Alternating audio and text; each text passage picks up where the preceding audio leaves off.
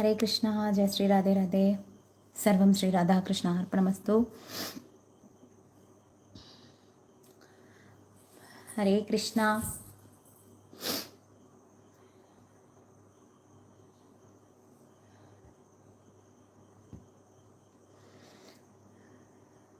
राधे कृष्णा कृष्णा कृष्णा राधे राधे राधे श्याम ശ്യാം ശ്യാം രാധേ രാധേ. സ്വസ്തികയിലേക്ക് എല്ലാവർക്കും സ്വാഗതം. ഇന്നൊരു പ്രധാനപ്പെട്ട കാര്യം പറയാൻ വേണ്ടിയിട്ടാണ് ഞാൻ ലൈവിൽ വന്നത്. ഒരു പ്രധാനപ്പെട്ട കാര്യമാണ് പറയാനുള്ളത്. അതുകൊണ്ടാണ് ഈ സമയമാണെങ്കിൽ നോക്കിയില്ല, ലൈവിൽ വരാമെന്ന് വിചാരിച്ചു. എല്ലാവരും സുഖമായിട്ടിരിക്കണോ, സന്തോഷമായിട്ടിരിക്കണോ എന്ന് വിചാരിക്കുന്നു. എന്താ വെച്ചാൽ ഭഗവാന്റെ കഥകൾ സ്വസ്തികയിലൂടെ ഞാൻ കുറേ കഥകൾ ഞാൻ പറഞ്ഞു തന്നിട്ടുണ്ട്.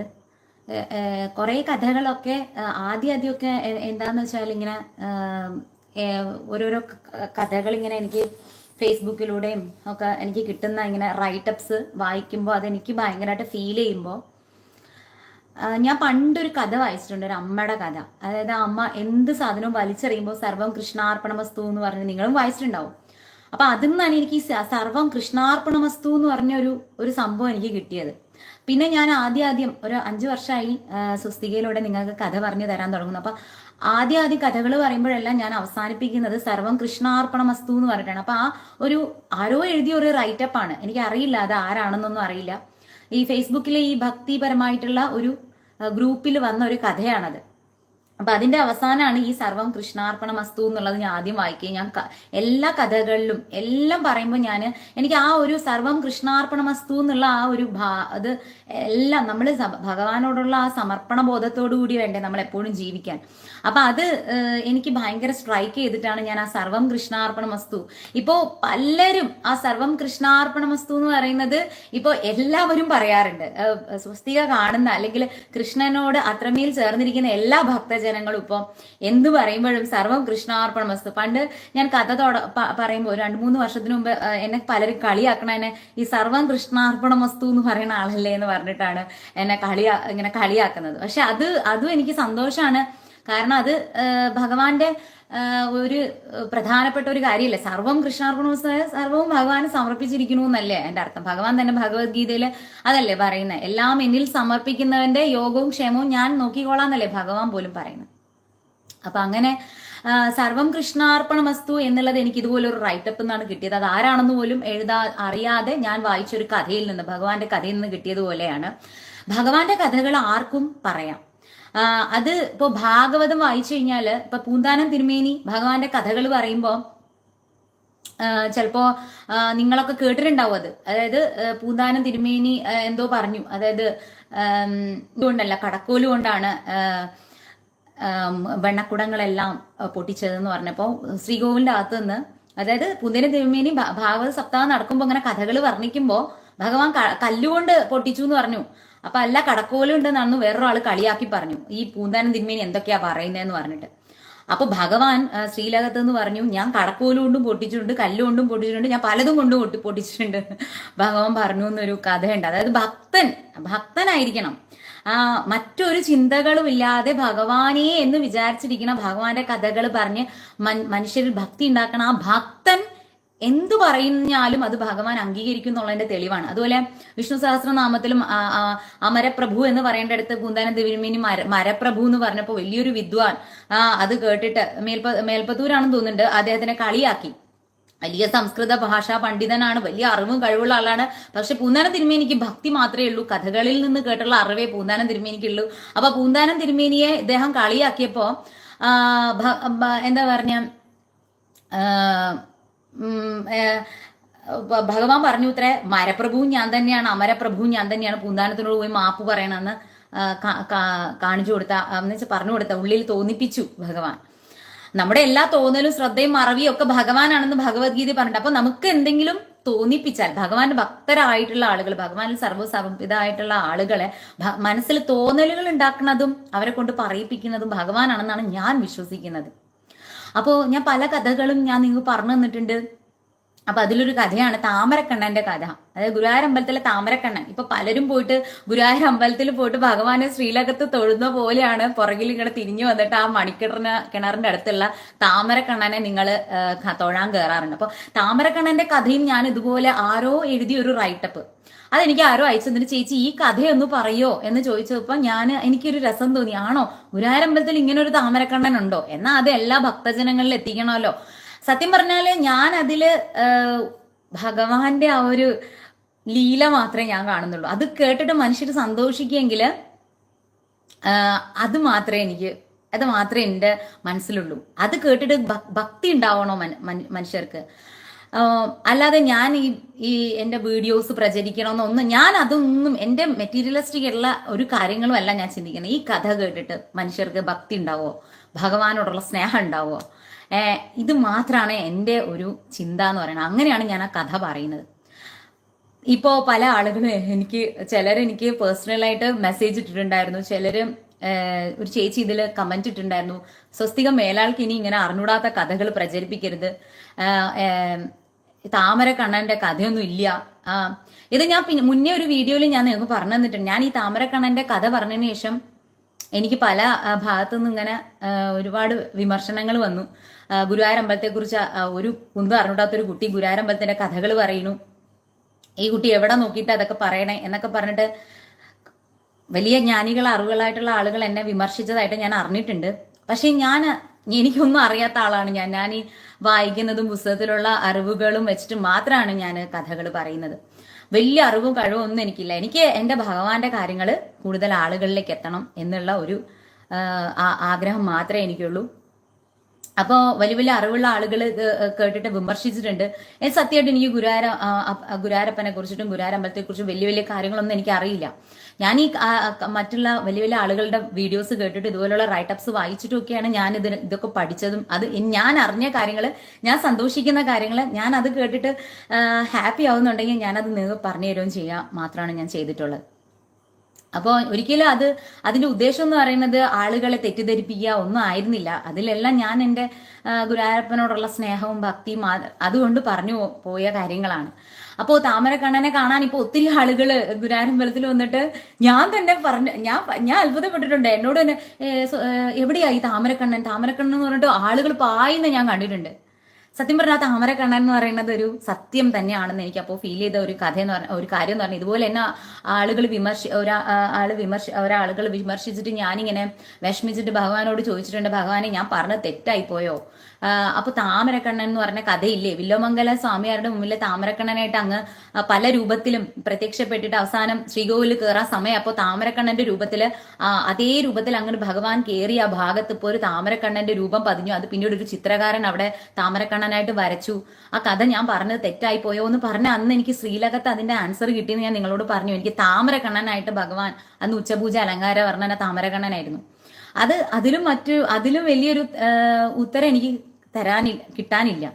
അതിലും വലിയൊരു സന്തോഷമാണ് ഇപ്പോൾ സംഭവിച്ചിരിക്കുന്നത്. അതായത് അങ്ങനെ താമരക്കണ്ണനെ കാണാനുള്ള ആളുകളുടെ ആ ഒരു റഷ് കാരണം ഇപ്പൊ താമരക്കണ്ണനെ മാറ്റി വരച്ചു എന്ന് ഗുരുവായൂർ അമ്പലത്തിൽ താമരക്കണ്ണനെ മാറ്റി വരച്ചു. ഇപ്പൊ എല്ലാവർക്കും കാണാൻ പാകത്തിന്, അതായത് മണിക്കിണറിന്റെ അവിടെ ആകുമ്പോൾ ചിലപ്പോൾ ഗേറ്റ് അടച്ച ഭക്തജനങ്ങൾക്ക് താമരക്കണ്ണനെ കാണാൻ പറ്റില്ല എന്ന് പറഞ്ഞിട്ട്. പക്ഷെ അത് ഒരു സമയത്ത് എനിക്ക് വിഷമം ഉണ്ടാക്കി. ഒരു രീതിയിൽ ചിന്തിക്കുമ്പോൾ അത് നല്ലതുമാണെന്ന് തോന്നി. കാരണം ആ താമരക്കണ്ണൻ എന്ന് പറയുന്ന രൂപത്തിനെ ആരാധിക്കാൻ ഭക്തജനങ്ങൾ ഉണ്ടായി. സ്ഥാനമാറ്റം എന്ന് പറയുന്നത് ഗുരുവായൂർ അമ്പലം മുഴുവനും ഭഗവാനാണല്ലോ. എല്ലായിടത്തും ചുമരിലും ഒരു തൂണിലും തുരുമ്പിലെല്ലാം ഭഗവാന്റെ സാന്നിധ്യമുണ്ട്. ഈ ലോകം മുഴുവനും ഉണ്ട്. എന്നാൽ ഗുരുവായൂർ അമ്പലത്തില് ഒരു പ്രത്യേകതയാണ്. അപ്പോ എനിക്ക് കുഴപ്പമില്ല, ഭഗവാനെ എവിടെ മാറ്റി വരച്ചാലും അവിടെ ഭഗവാൻ ഉണ്ടാവും എന്നുള്ള ഒരു ഇത് കാരണം ഞാന് അത് ഞാനൊരു സന്തോഷമായിട്ടാണ് ഞാൻ കാണുന്നത്. ഇപ്പോൾ വടക്കേ നടയുടെ നമ്മൾ പോകുന്ന ഭാഗത്തായിട്ടാണ് ഞാനിപ്പോൾ. അതിനുശേഷം ഗുരുവായൂരമ്പലത്തിൽ പോയിട്ടില്ല. ഇനി ഞാൻ പോകുമ്പോൾ ഞാനത് കണ്ടിട്ട് ഞാൻ നിങ്ങൾക്ക് എക്സ്പ്ലെയിൻ ചെയ്ത് പറഞ്ഞുതരാം എവിടെയാണ് ഇപ്പോൾ താമരക്കണ്ണൻ ഉള്ളതെന്നുള്ളത്. പക്ഷെ ശരിക്കും പറഞ്ഞാൽ ആ കഥയായിട്ട് കണക്ട് ചെയ്യുന്ന സ്ഥലം എന്ന് പറഞ്ഞാൽ നൃത്തം എന്ന് പറയുന്ന ആ ഭാഗം, വിലോമംഗല സ്വാമിയാർ ഇരുന്ന് ഭഗവാനെ പൂജിക്കുന്ന ഭാഗത്തിന് നേരെയാണ് ഈ പറയുന്ന ഇപ്പോൾ മുന്നേ ഉണ്ടായിരുന്ന താമരക്കണ്ണൻ എന്ന് പറയുന്നത്. അപ്പോ താമരക്കണ്ണൻ എന്ന് പറയുന്ന കഥ ആരോ ചിത്രകാരന്മാർ വരച്ചതാണ്, അത് സോഷ്യൽ മീഡിയയിൽ ആരൊക്കെ അത് ചുമ്മാ പ്രചരിപ്പിച്ചിട്ടാണ് എന്നൊക്കെ പറയുമ്പോൾ സങ്കടമുണ്ട്. എന്നുവെച്ചാല് ഗുരുവായൂരപ്പൻ നമ്മൾ എന്തെങ്കിലും അത് സ്നേഹത്തോടുകൂടി പറഞ്ഞു കഴിഞ്ഞാൽ അത് ഞാൻ അങ്ങനെയും പ്രത്യക്ഷപ്പെട്ടിട്ടുണ്ട് എന്ന് ഭഗവാൻ പറയും, അല്ലെ ഭഗവാൻ അത് ചെയ്യും എന്നുള്ളതിന്റെ തെളിവാണ് ഇപ്പൊ ഈ ഭക്തജനങ്ങൾ ഇത്രയും താമരക്കണ്ണനെ അന്വേഷിച്ച് വന്നതുകൊണ്ട് താമരക്കണ്ണനെ മാറ്റി വരയ്ക്കേണ്ടി വന്നത് എന്ന് എനിക്ക് തോന്നുന്നത്. അതുകൊണ്ട് തന്നെ എനിക്ക് തന്ന വിമർശനം എന്ന് പറയുന്നത് ഞാൻ കാര്യമാക്കി എടുക്കണില്ല. ഏതോ ഒരു ഭക്തൻ അറിഞ്ഞ ഒരു കഥ അദ്ദേഹത്തിലൂടെ പ്രചരിക്കപ്പെട്ട ആരോ അത് എഴുതി അത് വീഡിയോ ആയിട്ട് പറയാൻ എനിക്ക് അവസരം കിട്ടി. അതിനുശേഷം എനിക്ക് ശേഷം ഒത്തിരി പേര് താമരക്കണ്ണന്റെ കഥ പറഞ്ഞിട്ടുണ്ട്. ഒരുപാട് ഓൺലൈൻ മീഡിയസിൽ താമരക്കണ്ണന്റെ കഥ പറഞ്ഞിട്ടുണ്ട്. അപ്പോ എനിക്ക് കുഴപ്പമില്ല. അത് ഭഗവാൻ തന്നെയായിരിക്കും ആ കഥ പ്രചരിപ്പിച്ചത്. എന്തായാലും താമരക്കണ്ണൻ എന്ന് പറയുന്നത് എന്തോ ഒരു പ്രത്യേകത ഉള്ളതാണ്. ഭഗവാന്റെ ആ ഒരു രൂപം എന്ന് പറയുന്നത്, വില്വമംഗലം സ്വാമിയാരുടെ മുന്നിൽ പ്രത്യക്ഷപ്പെട്ട ആ രൂപം എന്ന് പറയുന്നത്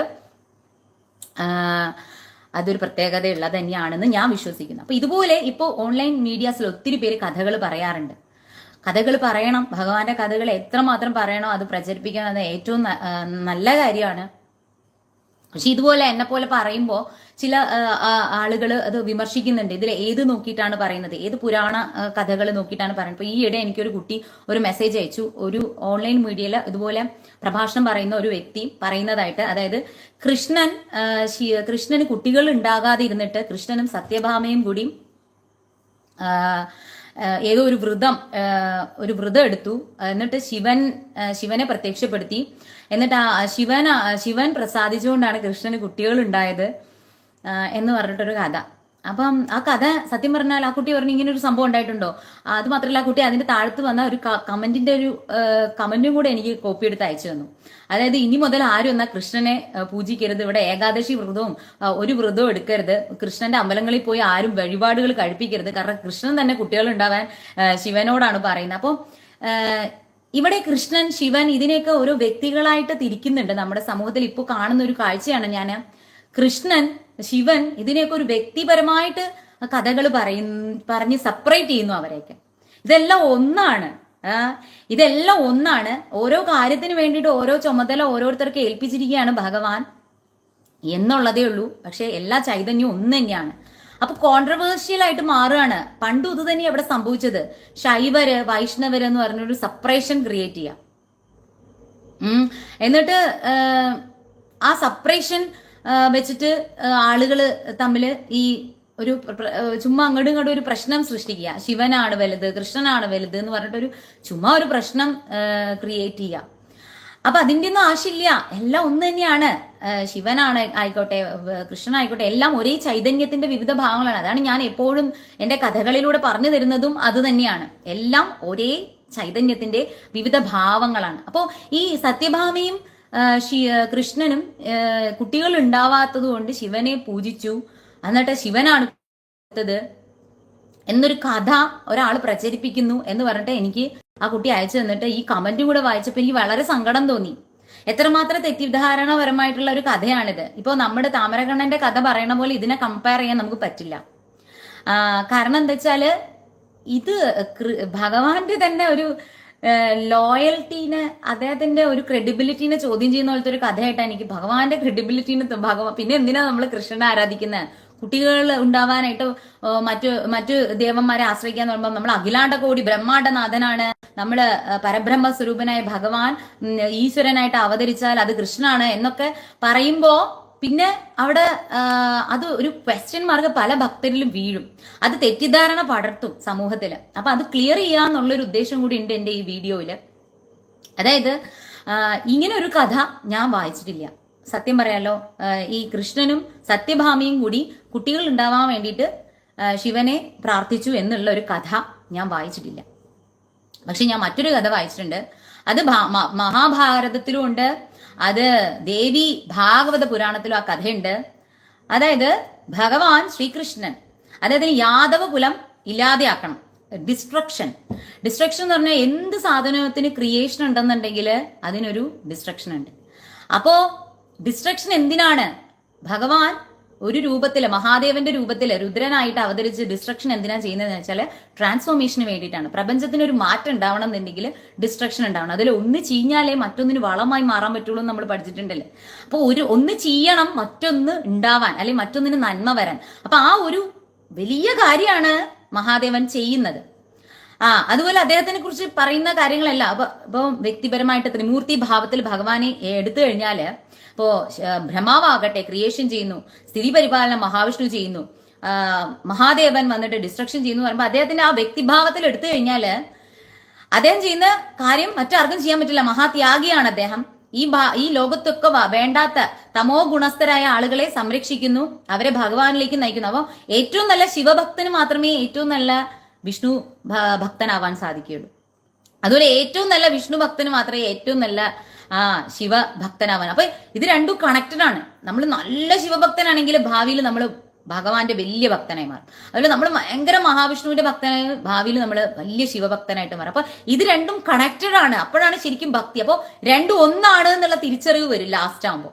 അപ്പോ എല്ലാം ശുഭം. അപ്പൊ അഹം ബ്രഹ്മാസ്മി, തത്വമസി, ഇതെല്ലാം നമുക്ക് കിട്ടും. എപ്പോഴാ ഈ ഭക്തിയുടെ ഭാവങ്ങൾ ഇങ്ങനെ വ്യത്യസ്തമായിട്ട് വരുമ്പോൾ, അത് ശിവഭക്തനാണെങ്കിലും മഹാവിഷ്ണുവിന്റെ ഭക്തനാണെങ്കിലും ഇതിങ്ങനെ തുടങ്ങിയിട്ട് ലാസ്റ്റ് എൻഡ് ചെയ്യുന്നത് ഒന്നിലാണ്. ആ തിരിച്ചറിവ് വരുമ്പോഴാണ് ശരിക്കും നമ്മൾ ഭക്തരാകുന്നത്. അപ്പോഴാണ് നമ്മൾ ശരിക്കും ആ ഒരു ബ്ലിസ്ഫുൾ ആയിട്ടുള്ള ഒരു സമാധാനം നമുക്ക് കിട്ടുന്നത്. പിന്നെ നമുക്ക് ഒന്നിലും ഒരു സെപ്പറേഷൻ ഇല്ല. അപ്പോൾ വേറെ ദേവീ ദേവന്മാരെ എല്ലാം ഭഗവാനാണെന്നുള്ള തോന്നൽ വരും. അപ്പോൾ നമ്മൾ ഒരു ഈശ്വരന്മാരെയും വ്യക്തിഭാവത്തിലല്ല കാണുക. പക്ഷെ കഥകൾ നമ്മൾ ആസ്വദിക്കും, എല്ലാം ചെയ്യുമെങ്കിലും അവിടെ വ്യക്തി എന്നുള്ള ഇത് മാറിയിട്ട് ആ പരിപൂർണമായ ചൈതന്യം മാത്രം. ഇപ്പൊ ശിവലിംഗത്തിൽ പോയാലും അവിടെ നമുക്ക് വിഷ്ണുവിനെയും ബ്രഹ്മാവിനെയും സകല ദേവീദേവന്മാരെയും നമുക്ക് കാണാൻ സാധിക്കും. കാരണം ശിവലിംഗം എന്ന് പറയുന്നത് തന്നെ എല്ലാം ഉണ്ട്. അതിന്റെ അണ്ഡാകൃതിയിൽ രുദ്രൻ, അതിന്റെ യോനി ഭാഗത്ത് ശക്തി, അതിന്റെ നടുഭാഗത്ത് വിഷ്ണു, അതിന്റെ താഴത്തെ പോർഷനില് ബ്രഹ്മാവ്, ഇതെല്ലാമാണ് ശിവലിംഗം എന്ന് പറയുന്നത്. സകല പ്രപഞ്ചത്തിനെയും കാണിക്കുന്നതാണ് ശിവലിംഗത്തിന്റെ സ്ട്രക്ചർ എന്ന് പറയുന്നത്. മനുഷ്യൻ പുരാണ കാലം മുതലേ ആരാധിച്ചിരുന്ന ലിംഗാരാധനയാണ് ചെയ്തിരുന്നത്. പിന്നീടാണ് വിഗ്രഹാരാധനയ്ക്ക് വരുന്നത്. അപ്പൊ ഈ ലിംഗത്തിൽ എല്ലാം ഉണ്ട്. 33 കോടി ദേവി ദേവന്മാരും ഉണ്ട്. അപ്പൊ എല്ലാം ഒന്നാണ്. പക്ഷെ അത് പറഞ്ഞു വരുമ്പോ ആളുകള് അത് വ്യക്തിഭാവത്തിൽ കാണുമ്പോൾ ഇദ്ദേഹം എങ്ങനെയാണ്, ഇദ്ദേഹം അങ്ങനെയാണ്, അങ്ങനെയൊക്കെ പറഞ്ഞ് നമ്മൾ അതിനെ പല രീതിയിൽ വ്യാഖ്യാനിക്കുന്നതാണ്. അപ്പോൾ എനിക്ക് നിങ്ങളോട് പറയാനുള്ള കാര്യം എന്ന് പറഞ്ഞാൽ, ഇങ്ങനൊരു കഥ എന്താ ഞാൻ വായിച്ചിട്ടുള്ളതെന്ന് പറഞ്ഞാല് മഹാഭാരതത്തിലും ദേവി ഭാഗവത പുരാണത്തിലും പറയുന്നത്, അപ്പൊ ഭഗവാൻ ഈ ട്രാൻസ്ഫോർമേഷൻ സംഭവിക്കണം, യാദവ കുലത്തിന് ഒരു മാറ്റം ഉണ്ടാവണം, അതിനു വേണ്ടിയിട്ട് അദ്ദേഹത്തിന് ഒരു പുത്രൻ ഉണ്ടാവണം. അപ്പൊ അദ്ദേഹം തന്നെ പരബ്രഹ്മ സ്വരൂപനായ ഭഗവാൻ രൂപത്തിൽ അവതരിച്ചാൽ കൃഷ്ണനാണ്. അത് നമ്മുടെ വിശ്വാസം. അപ്പൊ ആ ഭഗവാന് ഡിസ്ട്രക്ഷൻ എന്ന് പറയുന്ന ഒരു കർത്തവ്യം ഒരാളെ ഏൽപ്പിച്ചിട്ടുണ്ട്. അപ്പൊ അദ്ദേഹത്തിന്റെ കൺസെന്റ് വാങ്ങണം. ഇപ്പോ നമ്മള് സാധാരണ മെറ്റീരിയലിസ്റ്റിക് ആസ്പെക്റ്റിൽ നോക്കുകയാണെങ്കിൽ ഇപ്പോ പ്രൈം മിനിസ്റ്റർ അദ്ദേഹം കൂടി പല കാര്യങ്ങളുടെ ചുമതലകൾ പല മന്ത്രിമാർക്കാണ് ഏൽപ്പിച്ചിരിക്കുന്നത്. അപ്പോ ആ പെർട്ടിക്കുലർ ഒരു മന്ത്രിക്ക് കൊടുത്ത ഒരു സെക്ഷനുമായിട്ട് ബന്ധപ്പെട്ട കാര്യങ്ങൾ അദ്ദേഹത്തിന്റെ കൺസെന്റോട് കൂടി അദ്ദേഹത്തിനോട് ചോദിച്ചിട്ടും കാര്യങ്ങളും ചെയ്തിട്ടേ പ്രൈം മിനിസ്റ്റർ ഇടപെടുള്ളൂ. അല്ല പ്രൈം മിനിസ്റ്റർ ഡയറക്റ്റായിട്ട് അദ്ദേഹം ആ കാര്യത്തിൽ ഇടപെട്ട് കഴിഞ്ഞാൽ പിന്നെ അവിടെ ആ മന്ത്രി അവിടെ വെച്ചിരിക്കുന്നതിന്റെ കാര്യം എന്താണ്? അപ്പൊ കാര്യമില്ല. അപ്പൊ അത് അതിന്റെ രീതിയല്ല. അപ്പൊ നമ്മൾ ഈ ഭൗതികപരമായ അഡ്മിനിസ്ട്രേഷൻ ലെവലിൽ ചിന്തിച്ചാലും സ്പിരിച്വൽ ആയിട്ടുള്ള അഡ്മിനിസ്ട്രേഷൻ ലെവലിൽ ചിന്തിച്ചാലും ഭഗവാൻ ഒരു ഡ്യൂട്ടി ഒരാൾക്ക് ഏൽപ്പിച്ചിട്ടുണ്ട്. അപ്പൊ അവിടെ കൈ കടത്തണമ്പോ അദ്ദേഹത്തിന്റെ കൺസെന്റ് കൂടെ ചോദിക്കണം. അപ്പൊ അതിനാണ് അദ്ദേഹം അതിന് ഒരു കാരണമാകുന്നത് സത്യഭാമയല്ലാതെ ഭഗവാന്റെ ഭാര്യമാരിലെ ജാമ്പവതി. ജാമ്പവതിയാണ് പുത്രദുഃഖം അനുഭവിച്ചുകൊണ്ടിരുന്നു, കുട്ടികൾ ഉണ്ടായിരുന്നില്ല. അപ്പോ ജാമ്പവതിക്ക് ആഗ്രഹം രുക്മിണി അമ്മയുടെ മകനായിട്ടുള്ള പ്രദ്യുമ്നനെ പോലെ ഭഗവാനെ പോലെ സുന്ദരനായിട്ടുള്ള, പ്രദ്യുമ്നൻ സ്വാമി എന്ന് പറയുന്നത് ഭഗവാനെ പോലെ സുന്ദരൻ, കാമദേവന്റെ അവതാരമാണ് പ്രദ്യുമ്നം എന്ന് പറയുന്നത്. അപ്പൊ അത്രയും സുന്ദരനായിട്ടുള്ള ഒരു മകൻ തനിക്ക് ഉണ്ടാവണം എന്ന ആഗ്രഹമായിട്ട് കൃഷ്ണനെ സമീപിക്കുകയാണ്. അപ്പൊ കൃഷ്ണന് എല്ലാ ഭാര്യമാരിലും മക്കളുണ്ട്, ജാമ്പവതി മാത്രം കുട്ടികളില്ല. അപ്പൊ ജാമ്പവതിക്ക് വേണ്ടിയിട്ടാണ് ജാമ്പവതിയുടെ ആഗ്രഹം സാധിച്ചു കൊടുക്കാൻ എന്നുള്ള രീതിയിലാണ് ഭഗവാൻ പോകുന്നത്. എവിടെ? ഹിമാലയത്തില്. അവിടെ വെച്ചിട്ട് ഉപമന്യു എന്ന് പറയുന്ന ഒരു സ്വാമിജി അദ്ദേഹത്തിനോട് 1000 ബ്രഹ്മകമലങ്ങൾ കൊണ്ട് ശിവനെ പൂജിക്കാൻ പറയുകയാണ്. ശിവാംശത്തിൽ കുട്ടികൾ ഉണ്ടാവുക. അതൊക്കെ ഭഗവാന്റെ ലീലകള് ഭഗവാൻ അത് കേൾക്കുകയാണ്. ആ ഒരു സ്വാമിജി പറയുന്നത് ഭഗവാൻ കേൾക്കുന്നു. അങ്ങനെ ഭഗവാൻ കുറേ വർഷങ്ങള് ഹിമാലയത്തിൽ. അപ്പൊ ആ പോകുന്ന സമയത്താണ് ഞാൻ ഘണ്ടാകർണന്റെ കഥ നിങ്ങൾക്ക് പറഞ്ഞു. നമ്മള് ബദ്രീനാഥിൽ ചെന്ന് കഴിഞ്ഞാല് ഘണ്ടാകർണന്റെ ക്ഷേത്രമുണ്ട്. ബദ്രീനാഥനെ സംരക്ഷിക്കുന്ന ഘണ്ടാകർണനാണ്. ബദ്രീനാഥനെ കാണുന്നതിന് മുമ്പ് ആദ്യം നമ്മൾ കാണേണ്ട ഘണ്ടാകർണനെയാണ്. ഘണ്ടാകർണന്റെ കഥ ഞാൻ നിങ്ങൾക്ക് പറഞ്ഞു തന്നിട്ടുണ്ട്. അപ്പൊ ഘണ്ടാകർണന് മോക്ഷം കൊടുക്കുന്നതും ഇങ്ങനെ പോകുമ്പോഴാണ്. അദ്ദേഹം കുട്ടി എന്താ പറയാ ഒരു കുഞ്ഞിന് വേണ്ടിയിട്ടുള്ള ശിവനോട് ഭഗവാനോട് സംസാരിക്കാൻ വേണ്ടിയിട്ടുള്ള ആ യാത്രയിൽ ഹിമാലയത്തിലേക്ക് പോകുമ്പോഴാണ് ഖണ്ഡാകർണന് മോക്ഷം കൊടുക്കുന്നത്. അപ്പോ അങ്ങനെയുള്ള കുറെ കണക്റ്റഡ് ആയിട്ടുള്ള കഥകളുണ്ട്. ഭഗവാൻ ഈ കൃഷ്ണൻ ഹിമാലയത്തിൽ പോകുന്നത് ഈ ജാമ്പവതിക്ക് പുത്രൻ ഉണ്ടാകാനായിട്ട് തപസ് ചെയ്യുന്ന അവിടെ മാത്രം വിരിയുന്ന പുഷ്പമാണ് ബ്രഹ്മകമലം. ഞാൻ നിങ്ങൾക്ക് ബ്രഹ്മകമലത്തെ കുറിച്ച് പറഞ്ഞു തന്നിട്ടുണ്ട്. 12 കൊല്ലത്തിൽ ഒരിക്കലാണ് അത് പുഷ്പിക്കുന്നത്. അത് ഉത്തരാഖണ്ഡിൽ മാത്രമേ കാണുള്ളൂ. ആ ബ്രഹ്മകമലാണ് ശരിക്കും ഭഗവാന്റെ നാഭിയിൽ നിന്ന് വരുന്ന ബ്രഹ്മകമലം. ആ ബ്രഹ്മകമലാണ് ശരിക്കും ബ്രഹ്മാവിന്റെ ഇരിപ്പിടം. പാർവതി ദേവി തലയിൽ ചൂടുന്ന പുഷ്പമാണ്. മഹാദേവൻ പാർവതി ദേവിക്ക് വേണ്ടിയിട്ട് ക്രിയേറ്റ് ചെയ്തു ബ്രഹ്മകമലം എന്നാണ് പറയുന്നത്. ഇപ്പോഴും ബദ്രിനാഥിനെ ഒരു സെപ്റ്റംബർ ഒക്ടോബർ മാസത്തിൽ ചെന്ന് കഴിഞ്ഞാൽ അദ്ദേഹത്തിന്റെ ഒരു ഉത്സവം ഉണ്ട്. അതിൽ ബ്രഹ്മകമലം പറിക്കണമെങ്കിൽ അവിടെ ഒരു കൺസെന്റ് ചെയ്യണം. നന്ദാദേവി എന്ന് പറയുന്നത് നിങ്ങൾ കണ്ടിട്ടുണ്ടാവും, നന്ദാദേവി ബയോസ്ഫിയർ റിസർവ്. അത് നന്ദാദേവി എന്ന് പറഞ്ഞ പാർവതി ദേവിയുടെ അംശമാണ്. അതിന്റെ പിന്നീട് ഒരു കഥയുണ്ട്. ആ നന്ദാദേവിയുടെ ഒരു ക്ഷേത്രം ഉണ്ട് അവിടെ. ആ ക്ഷേത്രത്തിൽ പോയിട്ട് ഈ കൊട്ടും കൊരവേ കേട്ട് ദേവിയുടെ കൺസെന്റ് ഉണ്ടാവണം. ദേവിയുടെ പൂന്തോട്ടത്തിലാണ് ഈ ബ്രഹ്മകമലം പൂക്കുന്നത്. അവിടെ നിന്നാണ് ബ്രഹ്മകമലം ദേവിയുടെ അനുവാദത്തോടെ പറിക്കാൻ പാടുള്ളൂ. നമ്മൾ ഇവിടുന്ന് ടൂറിസ്റ്റുകളായിട്ട് പോകുമ്പോൾ വാലി ഓഫ് ഫ്ലവേഴ്സ് എന്ന് പറഞ്ഞൊരു സ്ഥലമുണ്ട് ഉത്തരാഖണ്ഡില്. അതിന്റെ അടുത്ത് ഹേമകുണ്ടം ഉണ്ട്. അവിടെ സിഖുകാരുടെ ഒരു ക്ഷേത്രമുണ്ട്. അത് കുറച്ച് ട്രക്കിംഗ് ഒക്കെ ചെന്നിട്ടാണ് നമ്മൾ ആ ഹേമകുണ്ടിൽ പോകുന്നത്. അവിടെയാണ് ഏറ്റവും കൂടുതൽ ഈ ബ്രഹ്മകമലം ഈ ഓഗസ്റ്റ് സെപ്റ്റംബർ മാസത്തിൽ മാത്രമേ അത് പൂക്കുള്ളൂ. പക്ഷെ അത് വിരിയണ കാണണമെങ്കിൽ രാത്രി 12 മണിക്ക് ഇവിടെ വന്നിരിക്കണം. അതൊക്കെ വളരെ വന്യമൃഗങ്ങളുള്ള ഒരു സ്ഥലമാണത്. അത് നമുക്ക് കാണാൻ പറ്റില്ല. അത് പൂത്ത് കഴിഞ്ഞാൽ അതിന്റെ മണം എന്ന് പറഞ്ഞാല് ഭയങ്കര അത്ര അതിന്റെ മണം എന്ന് പറഞ്ഞാൽ അത് 12 വർഷത്തിൽ ഒരിക്കലും ഒരു പൂക്കുള്ളൂ എന്നാണ് പറയുന്നത്. അപ്പൊ അത്രയും ഡിവൈൻ ആയിട്ടുള്ള ഒരു പുഷ്പമാണ് ബ്രഹ്മകമലം എന്ന് പറയുന്നത്. അപ്പൊ അത് കാണാൻ പറ്റിയാൽ തന്നെ അത്ഭുതമാണ്. എനിക്ക് ആ പുഷ്പം കാണാനുള്ള ഭാഗ്യം കിട്ടിയിട്ടുണ്ട്. ബദ്രീനാഥനെ പൂജിച്ച ബ്രഹ്മകമലം അവിടുത്തെ ഒരു ഭക്തൻ എനിക്ക് അയച്ചു തന്നിട്ടുണ്ട്. ബ്രഹ്മകമലം എന്റെ അടുത്ത് ഇരിപ്പുണ്ട്. അതിപ്പോ ഉണങ്ങി പുസ്തകത്തിൽ ഇങ്ങനെ ഇരിപ്പുണ്ട്. അത് ഞാൻ കളഞ്ഞിട്ടില്ല. അത് അങ്ങനെ തന്നെ ഇരിപ്പുണ്ട്. എനിക്ക് കിട്ടിയ ഒരു സ്വത്തായിട്ട് ബ്രഹ്മകമലം. അപ്പൊ ആ ബ്രഹ്മകമലത്തിൽ നിന്ന് വീഴുന്ന ഒരു തുള്ളി വെള്ളം, ആ വെള്ളം നാവിൽ ഇറ്റിക്കുമ്പോഴാണ് ഗണപതിയുടെ തല ഫിക്സ് ചെയ്തിട്ടും ഗണപതിക്ക് ജീവൻ ഉണ്ടായില്ല. ബ്രഹ്മകമലത്തിൽ നിന്ന് വീണ തുള്ളി മഹാവിഷ്ണു വായിൽ ഇറ്റിച്ചു കൊടുക്കുമ്പോഴാണ് ഗണപതി കണ്ണു തുറക്കുന്നതെന്നാണ് പറയുന്നത്. നമ്മുടെ ശിവപുരാണത്തിൽ ഒരു കഥയുണ്ടത്. അപ്പൊ അങ്ങനെയൊക്കെ ഉള്ള പ്രധാനപ്പെട്ട ആ ഒരു ബ്രഹ്മകമലം കൊണ്ട് അർച്ചന ചെയ്യുമ്പോഴാണ് ശിവൻ പാർവതിയും കൂടി പ്രത്യക്ഷപ്പെടുന്നത്. അർദ്ധനാരീശ്വര ഭാവം, എന്താ പറയാ, സാംബ ശിവഭാവം എന്നാണ് പറയുന്നത്. അർദ്ധനാരീശ്വരനായിട്ട് ഭഗവാൻ പ്രത്യക്ഷപ്പെടുന്ന കഥകളിൽ പ്രധാനപ്പെട്ട ഒരു കഥയാണ് ഈ കൃഷ്ണന്റെ മുന്നില് അർദ്ധനാരീശ്വര ഭാവത്തില് ഭഗവാൻ പ്രത്യക്ഷ. അപ്പൊ സാമ്പൻ എന്ന് പറയുന്ന പദത്തിന് അർത്ഥം തന്നെ ശക്തിയോട് ചേർന്ന് നിൽക്കുന്ന ശിവനാണ് സാമ്പൻ എന്ന് പറയുന്നത്. ശക്തിയോട് ചേർന്ന് നിൽക്കുന്നത്, പാർവതി സമേതനായി നിൽക്കുന്ന ശിവനെയാണ് നമ്മൾ സാംബ ശിവൻ എന്ന് പറയുന്നത്. അപ്പൊ ഭഗവാന്റെ അംശത്തിൽ തന്നെ എനിക്കൊരു പുത്രൻ ഉണ്ടാവണം എന്ന് ഒരു റിക്വസ്റ്റ് കൊടുക്കാൻ വേണ്ടിയിട്ടാണ് കൃഷ്ണൻ ഇത് ചെയ്തത്. അപ്പോ ശിവൻ ചോദിക്കുന്നുണ്ട്, മഹാദേവൻ ചോദിക്കുന്നുണ്ട്, എന്റെ കൺസെന്റ് എന്തിനാണ് എന്തിനാ ഭഗവാൻ ഇത്രയും കഷ്ടപ്പെട്ട് എനിക്ക് എന്നെ പ്രത്യക്ഷപ്പെടുത്തുന്നത്, എന്തിനാ ഭഗവാന് എന്താ സാധ്യമാകാത്തത്? അപ്പൊ കൃഷ്ണൻ പറയുന്നുണ്ട്, അങ്ങേക്കൊരു ഡ്യൂട്ടി ഞാൻ ഏൽപ്പിച്ചിരിക്കുകയാണ്, ഡിസ്ട്രക്ഷൻ എന്ന് പറയുന്ന ഡ്യൂട്ടി, ഒരു ട്രാൻസ്ഫോർമേഷൻ, ഒരു മാറ്റം എന്ന് പറയുന്ന യദുകുലത്തിൽ സംഭവിക്കണം. അത് അങ്ങയിലൂടെ സംഭവിക്കുള്ളൂ. അപ്പൊ അങ്ങയുടെ അംശത്തിൽ തന്നെ എനിക്കൊരു പുത്രനെ തരണം. അതിന് അങ്ങയുടെ കൺസെന്റ്, അനുവാദത്തിന് വേണ്ടിയിട്ടാണ് ഞാൻ വന്നിരിക്കുന്നത്. അപ്പൊ അത് പരസ്പര റെസ്പെക്ട്, ദേവി ദേവന്മാരെ എന്നെ പരസ്പരം റെസ്പെക്ട് കൊടുക്കുന്നു. അഖിലാണ്ട കോടി ബ്രഹ്മാണ്ടനാഥൻ തന്നെ എല്ലാവരെയും പരസ്പരം ബഹുമാനിക്കുന്നു. പക്ഷേ ഇവിടെ ഈ സമൂഹത്തിൽ നമ്മൾ കാണുന്നത് ഭഗവാന്റെ കഥകൾ പറയുന്ന ആളുകളാണെങ്കിൽ കൂടി പരസ്പരം ആ ഒരു റെസ്പെക്ട് ഇല്ലാതെ, നമുക്കെല്ലാം അറിയാം, മറ്റുള്ളവർക്കൊന്നും അറിയില്ല, നമ്മളെ എല്ലാം പറയാൻ പാടുള്ളൂ, മറ്റുള്ളവർ പറയുന്നത് തെറ്റ്, അങ്ങനത്തെ ഒരു, അല്ലെങ്കിൽ പരസ്പരം സമൂഹത്തിൽ കുറച്ച് അറിവും കഴിവുള്ളവരായിക്കോട്ടെ, പരസ്പരം അങ്ങോട്ടും ഇങ്ങോട്ടും ഈഗോയും ഒക്കെ പ്രശ്നങ്ങളാണ് ഇവിടെ. അപ്പോ ഭഗവാൻ പോയിട്ട് മഹാദേവനോട് ചോദിക്കാൻ, കൺസെന്റ്, അങ്ങയുടെ അംശത്തിൽ എനിക്ക് കുഞ്ഞ് ജനിക്കണം എന്ന് പറയുമ്പോൾ പാർവതി ദേവി ശിവനോട് പറയുന്നത്, എന്താണ് ഭഗവാനെ ചോദിക്കുന്നത്? ഞാൻ തരുന്നു, എന്റെ അംശത്തിൽ അങ്ങേക്ക് സാമ്പൻ എന്ന് പറഞ്ഞ പേര് തന്നെ അങ്ങോട്ട്. അപ്പൊ സാംബശിവനായ ഭഗവാൻ അനുഗ്രഹിച്ച് കൃഷ്ണന് ജാമ്പവതിയിൽ ഉണ്ടാവുന്ന പുത്രനാണ് സാമ്പൻ. ആ സാമ്പനാണ് അവസാനം ഈ യദുകുലത്തിന്റെ നാശത്തിന്, ട്രാൻസ്ഫോർമേഷന് കാരണമാകുന്നത്. അപ്പൊ നമ്മൾ ഏത് കാര്യം ചിന്തിച്ചു നോക്കിയാലും, എന്തും നമ്മുടെ പഴയ ചരിത്ര പുരാണങ്ങൾ എടുത്തു നോക്കിയേ, എന്തൊക്കെ ആക്രമണങ്ങള് മറ്റവര് വന്നു, മറ്റേ മുഗളന്മാര് വന്നു, ലോധി വന്നു, മറ്റേ അങ്ങനെ നമ്മൾ ചരിത്രം കുറെ പഠിച്ചിട്ടുണ്ട്. എവിടെ ആർക്കും സ്ഥിരമായിട്ടൊരു സ്ഥാനമില്ല. ഒരു പെർട്ടിക്കുലർ പീരീഡ് കഴിയുമ്പോൾ അതിനെയൊക്കെ ഭഗവാൻ നശിപ്പിക്കും.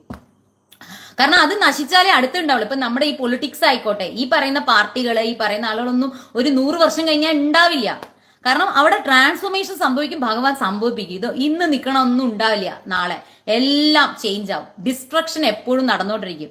ആ ഡിസ്ട്രക്ഷനിൽ നിന്നേ ട്രാൻസ്ഫോർമേഷൻ ഉണ്ടാവും. അപ്പോൾ ഏറ്റവും വലിയ കാര്യമാണ് ഈ നാശം ഉണ്ടാവുക എന്ന് പറയുന്നത്. സൃഷ്ടിക്ക് നാശം സംഭവിക്കുക എന്ന് പറയുന്നത് ഏറ്റവും മഹത്തായ കാര്യമാണ്. എന്നാലേ അതിൽ നിന്നൊരു ചേഞ്ച് സംഭവിക്കുള്ളൂ.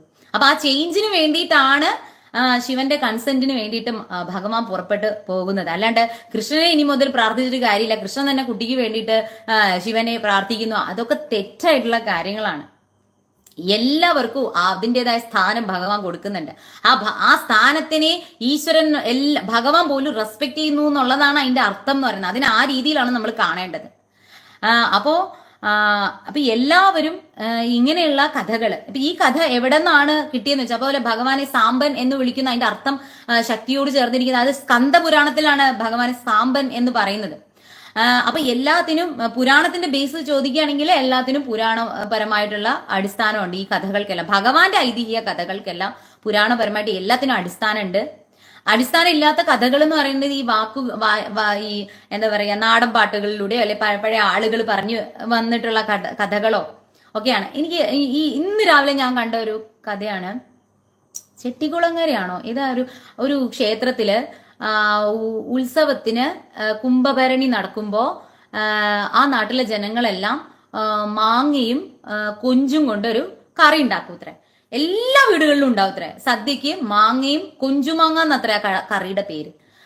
ചെട്ടിക്കുളങ്ങര അമ്പലത്തിലാണോ, അത് ഏത് അമ്പലത്തിലാ അറിയാന്നുള്ളവരൊന്ന് കമന്റ് ചെയ്യണേ. ആ അമ്പലത്തിന്റെ പേര് ഞാൻ പറഞ്ഞു. ഒരു ദേവീക്ഷേത്രമാണ്, ഭയങ്കര ഫേമസ് ദേവീക്ഷേത്രമാണ്. അവിടെ കുംഭഭരണി മഹോത്സവം നടക്കുമ്പോൾ എല്ലാ വീടുകളിലും ഈ ചെട്ടികുളങ്ങര തന്നെ അല്ലേ.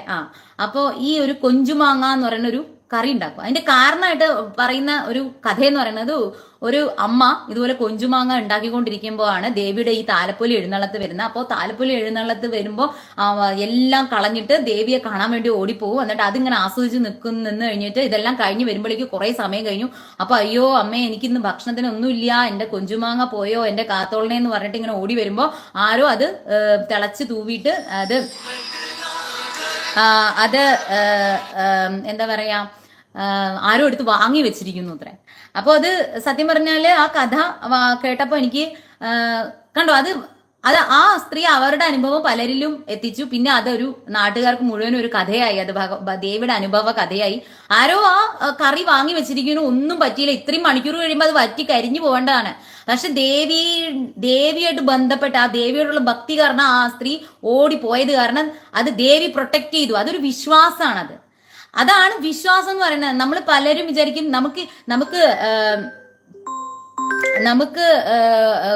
യുക്തി എന്ന് പറയുന്നത്, നമ്മുടെ യുക്തി എന്ന് പറയുന്നത് അതീതമാണ് വിശ്വാസം എന്ന് പറയുന്നത്. അപ്പൊ ചിലപ്പോ നമുക്ക് തോന്നും, അയ്യോ ഇതൊക്കെ സത്യമാണോ, ഇങ്ങനെ സംഭവിക്കുവോ എന്ന് തോന്നും. അതാണ്. അപ്പൊ യുക്തിയായിട്ട് ചിന്തിക്കുമ്പോ പിന്നെ അത് വേറെ ആരോ അങ്ങനെ. അപ്പൊ ഭഗവാനോടുള്ള വിശ്വാസത്തിൽ ചിന്തിക്കുമ്പോ ആ കഥ ശരിയാണ്, സത്യമായിരിക്കും. താമരക്കണ്ണൻ സത്യമായിരിക്കും. വില്ലമംഗലം സ്വാമിയാർക്ക് ദർശനം കൊടുത്തു, അതുവഴി ഭഗവാൻ അതുവഴിയായിരിക്കും ഉള്ളിലേക്ക് കയറിയിട്ടുണ്ടാവും. അപ്പൊ ഏതെങ്കിലും ഒരു അവിടെ ആ ഒരു സംഭവം പതിഞ്ഞു കിടന്നിട്ടുണ്ടാവും. അപ്പൊ ഏതെങ്കിലും ഒരു ചിത്രകാരൻ അത് കണ്ടപ്പോ അതിലൊരു രൂപം വരയ്ക്കണം എന്ന് തോന്നിയിട്ടുണ്ടാവും, അത് താമരക്കണ്ണനായി മാറിയിട്ടുണ്ടാവും. അങ്ങനെയൊക്കെ നമുക്ക് ചിന്തിക്കാം. പക്ഷെ ചിലർക്കത് എന്തൊക്കെ മണ്ടത്തരങ്ങളാ പറയുന്നത്, അങ്ങനെയൊന്നുമില്ല, അത് ഏതോ ചിത്രകാരന്റെ ഭാവനയിൽ വരച്ചതായിരിക്കാം, അങ്ങനെയും ചിന്തിക്കാം. അത് ഓരോരുത്തരുടെ ഒരു യുക്തിയും ഭക്തിയും വിശ്വാസവും കൂടി ചേർന്ന് വരുമ്പോൾ അത് ഓരോരുത്തർക്കും തോന്നുന്നതാണ്. അപ്പൊ ആരെയും നമുക്ക് കുറ്റം പറയാൻ പറ്റില്ല. ഇപ്പൊ കഥ അല്ലെ എഴുതിയ അല്ല അത് ഇങ്ങനെ വായ്ത്താരി പോലെ പ്രചരിപ്പിച്ച ആളെയും കുറ്റം പറയാൻ പറ്റില്ല. അപ്പൊ അത് ചില കഥകൾ, അത് ഈ ഭക്തിയുടെ വിശ്വാസമായിട്ട് ബന്ധപ്പെട്ട കഥകൾ. പക്ഷെ എന്നാൽ ഐതിഹ്യ കഥകൾ എന്ന് പറയുന്നത് അത് എഴുതപ്പെട്ടതാണ്. അപ്പൊ ഭഗവാന് കുട്ടികൾ ഉണ്ടാവാതിരുന്നിട്ട് ശിവനെ പൂജിച്ചു, അത് പറയുമ്പോ അത് നമ്മൾ ശ്രദ്ധിക്കണം. ആ പുരാണ കഥയിൽ എന്താണ് പറയുന്നത്, ഇതൊന്നും അല്ല കേട്ടോ, ഞാൻ ഈ പറഞ്ഞ പോലെയൊന്നും അല്ല ഇത് മഹാഭാരതത്തിൽ വർണ്ണിച്ചിരിക്കുന്നത്. അത് നിങ്ങൾ വായിക്കുമ്പോ എന്താ, ഭഗവാൻ ഇങ്ങനെ സ്തുതിക്കുന്നുണ്ട്, കൃഷ്ണൻ ശിവനെയും സ്തുതിക്കുന്നുണ്ട്, ശിവൻ കൃഷ്ണനെയും സ്തുതിക്കുന്നുണ്ട്. ഈ സ്തുതിയൊക്കെ കഴിഞ്ഞിട്ടാണ് ഇതിങ്ങനെ പറയുന്നത്. നമ്മൾ കഥ പറയുമ്പോ നമ്മൾ സംസാരിക്കുന്ന പോലെ അങ്ങോട്ട് പറയുന്നതാണ്. പക്ഷെ അങ്ങനെ അല്ല.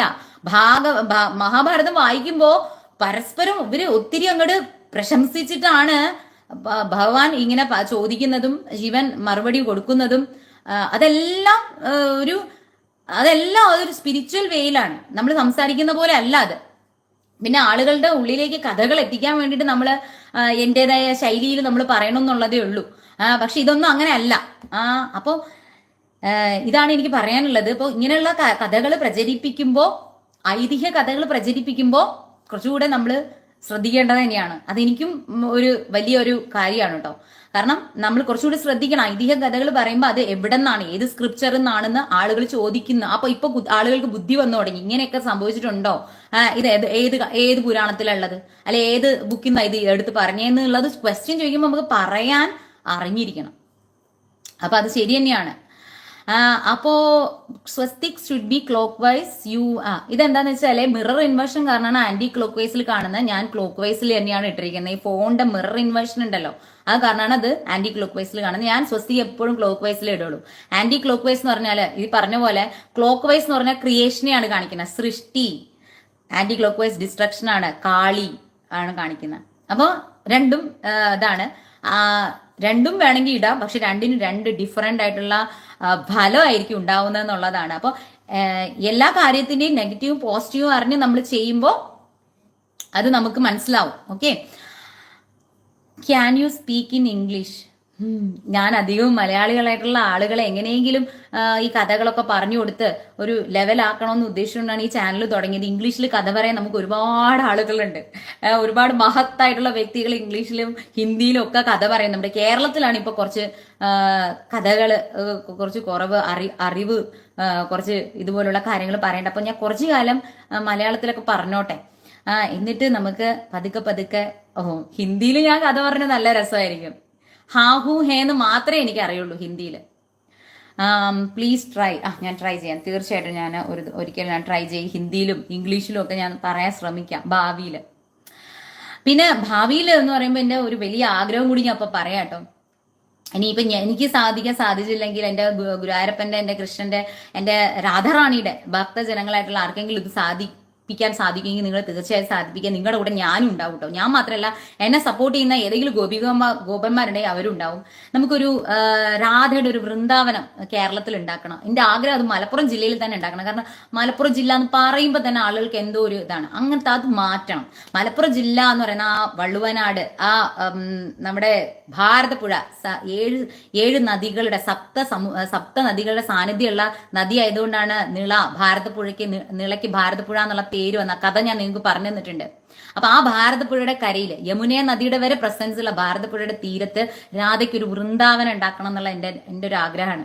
രാധാറാണിയുടെ ഒരു ക്ഷേത്രം. അപ്പൊ ഇവിടെ നിന്ന് 1 മണിക്കൂറേ ഉള്ളൂ ഗുരുവായൂർ അമ്പലത്തിൽ. അപ്പൊ ഗുരുവായൂർ നന്ദഗാവ് ആണെങ്കിൽ ഇത് ബർസാന. അപ്പൊ രാധയുടെ ഒരു വൃന്ദാവനം ഇവിടെ ഉണ്ടാക്കണം എന്ന് എനിക്ക് ഭയങ്കര ആഗ്രഹമുണ്ട്. പിന്നെ എന്താ വെച്ചാല് ഇവിടെയാണ് ഇപ്പൊ കുറൂരമ്മ ആയിക്കോട്ടെ, ഇപ്പൊ നമ്മുടെ മേൽപ്പത്തൂർ ആയിക്കോട്ടെ, എഴുത്തച്ഛൻ ആയിക്കോട്ടെ, പൂന്താനം തിരുമേനി ആയിക്കോട്ടെ, നമ്മുടെ വില്ലമംഗലം സ്വാമിയായിക്കോട്ടെ, എല്ലാവരും ഈ മലപ്പുറം, ഈ പാലക്കാട്, മലപ്പുറം, ഈ ഭാരതപ്പുഴയുടെ ഈ കരയിലാണ് എല്ലാ ഭക്ത ശിരോമണികളും ജനിച്ചു വളർന്നത്. അപ്പൊ ഇവിടെ തന്നെ നമ്മുടെ രാധയുടെ വൃന്ദാവനം വരണമെന്ന് എനിക്ക് ഭയങ്കര ആഗ്രഹമുണ്ട്. ഭയങ്കര പൈസയൊക്കെ ആവും, കോടിക്കണക്കിന് രൂപയൊക്കെ ആവും. അപ്പൊ രാധയുടെ വൃന്ദാവനം, ആ 12 വൃന്ദാവനത്തിലെ വനങ്ങളും ആ ഭഗവാന്റെ ഓരോരോ ലീലകളും ഇങ്ങനെ ഡെമോൺസ്ട്രേറ്റ് ചെയ്ത് ഭാരതപ്പുഴയുടെ കരയില് അങ്ങനെ ഒരു വൃന്ദാവനം എല്ലാ ആളുകൾക്കും, സാധാരണക്കാരെ അമ്മമാർക്കൊക്കെ വന്നിട്ട് ഇരിക്കാൻ പറ്റുന്ന ഒരു സ്ഥലം, ആരുമില്ലാത്ത അമ്മമാരെയും ഒക്കെ സംരക്ഷിക്കുന്ന സ്ത്രീകൾക്ക്, പ്രത്യേകിച്ച് സ്ത്രീകൾക്ക് വേണ്ടിയുള്ള ഒരു ഇടം, അവിടെ ഗോശാലയും അങ്ങനെയൊക്കെ അമ്മമാർക്ക് വേണ്ടിയുള്ള ഒരു സ്ഥലം. അതെന്റെ ഒരു ഡ്രീം പ്രോജക്റ്റ് ആണ് കേട്ടോ. ചിലപ്പോൾ എനിക്ക് ഉണ്ടാക്കാനൊന്നും സാധിക്കില്ല. ചിലപ്പോൾ അടുത്ത ജന്മം എടുക്കേണ്ടി വരും, അതിന് വേണ്ടിയിട്ടൊരു ജന്മം ഉണ്ടാവുമായിരിക്കും ചിലപ്പോൾ അത് ഉണ്ടാക്കാൻ വേണ്ടിയിട്ട്. ചേച്ചി രാധാറാണി ഒരു സങ്കല്പമാണെന്ന് പറഞ്ഞു, അതും ഞാൻ കേട്ടിട്ടുണ്ട്. എനിക്ക് മെസ്സേജ് ഇട്ടിട്ടുണ്ട്. ഗുരുവായൂരപ്പന് പോലും അറിയില്ല ആരാ രാധാറാണി എന്നൊക്കെ പറഞ്ഞിട്ടുള്ള പ്രഭാഷണങ്ങളുടെയൊക്കെ ക്ലിപ്പ് എനിക്ക് അയച്ചു തന്നിട്ടുണ്ട്. ഈ സങ്കടം തോന്നിയിട്ടുണ്ട്. കാരണം വൃന്ദാവനത്തിൽ നമ്മൾ പോയി കഴിഞ്ഞാൽ അവിടെയുള്ള ആളുകള്, വൃന്ദാവനം മാത്രമല്ല കേട്ടോ, ഉത്തരേന്ത്യയിൽ നമ്മൾ എവിടെ പോയിട്ട് ഇപ്പോ ഞാനിങ്ങനെ ഈ എയർപോർട്ടിലൊക്കെ പോകുമ്പോൾ അവിടെ ചെക്കിങ്ങിന് ഇങ്ങനെ സ്ത്രീകൾ നിൽക്കുമല്ലോ, അപ്പൊ ഞാൻ ജസ്റ്റ് രാധേ രാധേ എന്ന് പറയുമ്പോൾ അവര് രാധേ രാധേ എവിടെന്നാ വരുന്നത് കേരളത്തിൽ നിന്ന് പറയുമ്പോൾ ഓ രാധേ രാധേ യു നോ രാധേ കൃഷ്ണ എന്നൊക്കെ പറഞ്ഞിട്ട് നിങ്ങൾ വൃന്ദാവനത്തിൽ പോയിട്ടുണ്ടോ എന്നൊക്കെ ചോദിച്ചിട്ട് ആളും. അപ്പൊ എല്ലാവർക്കും രാധേ രാധേ. ഇപ്പൊ ദ്വാരകയിൽ ചെന്ന് കഴിഞ്ഞാൽ എല്ലായിടത്തും നമ്മൾ രാധേ രാധേ എന്ന് പറഞ്ഞാൽ അവർക്ക് ഭയങ്കര സന്തോഷമാണ് കേട്ടോ. ഉത്തരേന്ത്യയിൽ എവിടെ ചെന്നാലും എല്ലാവരും രാധേ കൃഷ്ണ, രാധേ ശ്യാം, രാധേ രാധേ എന്ന് പറയും. പക്ഷേ ഇവിടെ കേരളത്തിലുള്ള ആളുകൾ ഗുരുവായൂരപ്പൻ എന്ന് പറഞ്ഞൊരു കോൺസെപ്റ്റ് വരുമ്പോൾ അവിടെ രാധ ഇല്ല എന്ന് പറയുമ്പോൾ എനിക്ക് ഭയങ്കര സങ്കടം തോന്നാറുണ്ട്. ശരിക്കും രാധയുണ്ട്, അത് അങ്ങനെ ഒരു റിലേഷൻ ആയത് കാരണം അതൊരു ഭഗവാന്റെ പരകീയമായിട്ടുള്ള ഭക്തിഭാവം, അതാണ് ഈ കലിയുഗത്തിൽ എല്ലാവരും ആഗ്രഹിക്കുന്ന പരകീയ ഭക്തിയാണ്. ഹൃദയത്തിൽ ഈശ്വരനെ വെച്ച് സ്നേഹിച്ചിട്ട് അതിഗംഭീരമായിട്ട്, പ്രത്യേകിച്ച് നമ്മുടെ സ്ത്രീകളുടെ ഹൃദയത്തിൽ, എല്ലാ സ്ത്രീകളുടെ ഇൻകംപ്ലീറ്റ് ആയിട്ടുള്ള ഒരു അച്ഛന്റെ ആയിക്കോട്ടെ, ഒരു സഹോദരന്റെ ആയിക്കോട്ടെ, ഒരു ഭർത്താവിന്റെ ആയിക്കോട്ടെ, ഒരു ലവറിന്റെ ആയിക്കോട്ടെ, ആ ഒരു സ്ഥാനം ഇൻകംപ്ലീറ്റ്, മകന്റെ ആയിക്കോട്ടെ, ആ ഇൻകംപ്ലീറ്റ് ആയിട്ടുള്ള ഒരു സ്ഥാനം ഹൃദയത്തിൽ കംപ്ലീറ്റ് ആക്കുന്നത് ഭഗവാനാണ്.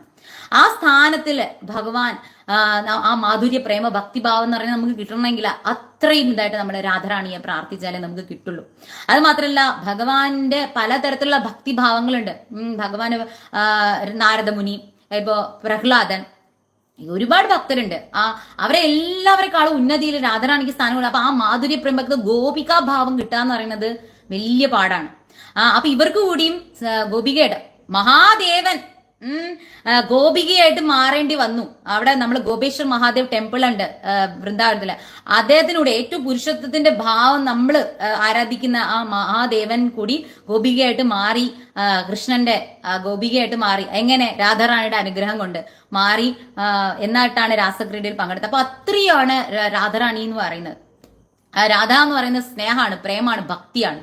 നമ്മൾ ഈ പറയുന്ന കൃഷ്ണനെ എല്ലാ രീതിയിലും നമ്മൾ പറയുമ്പോൾ കൃഷ്ണന്റെ ആ ഒരു ആനന്ദം, ഭഗവാൻ ആത്മാരാമൻ എന്ന് പറയുന്നല്ല, ആ ആനന്ദം, ഉള്ളിലുള്ള ആ സ്നേഹം, നമ്മളൊക്കെ എല്ലാവരും സ്നേഹിക്കാനും സ്നേഹിക്കപ്പെടാനും ആഗ്രഹിക്കുന്ന ആളുകളാണ്. നമ്മുടെ ഉള്ളിലുള്ള സ്നേഹം എന്ന് പറയുന്നത് ഈശ്വരനാണെങ്കിൽ ഈശ്വരന്റെ ഉള്ളിലുള്ള സ്നേഹം എന്ന് പറയുന്ന ആ ഭക്തിയാണ് രാധാഭാവം എന്ന് പറയുന്നത്. അത് ഭഗവാൻ തന്നെയാണ്. അവിടെ സെപ്പറേറ്റ് ആയിട്ട് കാണുന്നതുകൊണ്ടാണ് രാധ എന്ന് പറയുന്നതേ ഇല്ല എന്ന് നമ്മൾ പറഞ്ഞു പോകുന്നത്. അപ്പോ ആ രാധ എന്ന് പറയുന്നത് ഒരു സങ്കല്പമല്ല എന്നുള്ളത് പ്രചരിപ്പിക്കാനും കൂടി ആയിരിക്കാം സ്വസ്തികയുടെ ഒരു ഉദ്ദേശം എന്ന് പറയുന്നത്. ഏറ്റവും കൂടുതൽ ഞാൻ എൻ്റെ ഇപ്പോ ഈ റീസെന്റ് ഞാൻ പറയുന്ന കഥകളെല്ലാം, ഈ സത്യം പറഞ്ഞാൽ ഇത് ഞാൻ പറയുന്നതല്ല, എന്നെ കൊണ്ട് ഓരോ കഥകളും ഭഗവാൻ തോന്നിപ്പിച്ച് പുസ്തകങ്ങൾ തന്ന് എന്നെ കൊണ്ട് പറയിപ്പിക്കുന്നതാണ്. രാധയെക്കുറിച്ച് പറ, രാധയെക്കുറിച്ച് പറ, രാധാ സഹസ്രനാമം പ്രചരിപ്പിക്കുക, രാധ അഷ്ടോത്തര നാമാവലി പ്രചരിപ്പിക്കുക, രാധാ കൃപാ കടാക്ഷ സ്തോത്രം പ്രചരിപ്പിക്കുക എന്ന് പറഞ്ഞിട്ട് ഭഗവാൻ തന്നെയാണ് എന്നെ കൊണ്ട് പറയുന്നതും ഇതാക്കുന്നതും. അപ്പോ ഞാൻ എന്റെ മരണം വരെ രാധയെക്കുറിച്ച് പറഞ്ഞുകൊണ്ടേയിരിക്കും.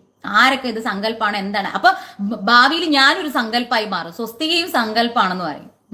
അപ്പൊ എനിക്കും അങ്ങനെ സങ്കല്പമായിട്ട് പോയിക്കോട്ടെ, സാരില്ല. എന്നാലും ഞാൻ പറഞ്ഞുകൊണ്ടേ, മരണം വരെ ഞാൻ രാധയെക്കുറിച്ച് പറഞ്ഞുകൊണ്ടേയിരിക്കും. അപ്പോ കാരണം രാധയുടെ ആ ഒരു രാധാ ചൈതന്യം എന്ന് പറഞ്ഞാൽ ആർക്കും ഒരു ദ്രോഹം ഉണ്ടാക്കാത്ത ഒരു ദേവീ സങ്കല്പാണ്. ഒരു ഭയക്കേണ്ട ഒരു ആളുമല്ല, ഒരു കാരുണ്യാണ്, സ്നേഹമാണ്, ത്യാഗമാണ് രാധ എന്ന് പറയുന്നത്. അപ്പൊ ആ ദേവിയെ കുറിച്ച് പ്രചരിപ്പിക്കുന്നത് കൊണ്ട് ഞാനൊരു അബദ്ധ പ്രചരണിയാണ്, ഭക്തിയിൽ കള്ളത്തരം കാണിക്കുന്ന അബദ്ധ പ്രചരണിയാണ് രാധ എന്ന് പറയുന്ന ഇല്ലാത്ത സങ്കല്പത്തെ പ്രചരിപ്പിക്കുന്ന ആണെന്ന് പറഞ്ഞ എനിക്ക് ഒരു പ്രശ്നമില്ല. പറഞ്ഞോട്ടെ. അതുകൊണ്ടുണ്ടാവുന്ന എന്ത് കാലസൂത്രം എന്ന് പറയുന്ന നരകത്തിൽ ഞാൻ പതിച്ച് അങ്ങോട്ട് മുച്ചൂട് മുടിഞ്ഞാൽ എനിക്ക് പ്രശ്നമില്ല. ഞാൻ രാധയെക്കുറിച്ച് ഞാൻ മരണം വരെ പറഞ്ഞുകൊണ്ടിരിക്കും. ജയ ശ്രീ രാധേ രാധേ ഞാൻ എപ്പോഴും പറഞ്ഞുകൊണ്ടിരിക്കും. അതുപോലെ ഗീതാ ഗോവിന്ദ അഷ്ടപതിയും ഞാൻ എൻ്റെ മരണം വരെ പ്രചരിപ്പിച്ചുകൊണ്ടേയിരിക്കും. കാരണം സ്നേഹമാണ് രാധ എന്ന് പറയുന്നത്. ഞാൻ അത് ചെയ്തുകൊണ്ടേയിരിക്കും. അപ്പൊ ഇപ്പൊ കേരളത്തിലെ ആളുകൾ എല്ലാവരും എന്നെ കാണുമ്പോഴും പറയും രാധേ രാധേ എന്ന് പറയും. അപ്പൊ എനിക്ക് എന്ത് സന്തോഷാന്നറിയോ? അപ്പൊ ഭഗവാൻ എത്ര സന്തോഷിക്കുന്നുണ്ടാവും? എനിക്ക് ഭഗവാന്റെ സന്തോഷം മാത്രമേ എനിക്ക് മുഖ്യമായിട്ടുള്ളൂ. ഗുരുവായൂരപ്പനിൽ ഞാൻ രാധയാണ് കാണുന്നത്. ഗുരുവായൂരപ്പന്റെ ഹൃദയത്തിൽ രാധയാണുള്ളത്. അപ്പോ ഗുരുവായൂർ അമ്പലത്തിലും കാണുന്ന ഭക്തജനങ്ങളിൽ ആ കോടിക്കോടി പേര് മാധുര്യ ഭക്തിയോടുകൂടി ഭഗവാനെ ഓടി കാണാൻ വരുന്നവരെല്ലാം എല്ലാവരും ഭഗവാനെയും രാധാറാണിയെയും ആണ് കാണുന്നത്. അവരുടെ ഹൃദയത്തിലും ഇരുന്നുകൊണ്ട് രാധാറാണിയാണ് ഭഗവാനെ സ്നേഹിക്കുന്നതെന്ന് ഞാൻ വിശ്വസിക്കുന്നത്. അപ്പോ എല്ലാവർക്കും ഭഗവാന്റെയും രാധാറാണിയുടെ അനുഗ്രഹം ഉണ്ടാവട്ടെ.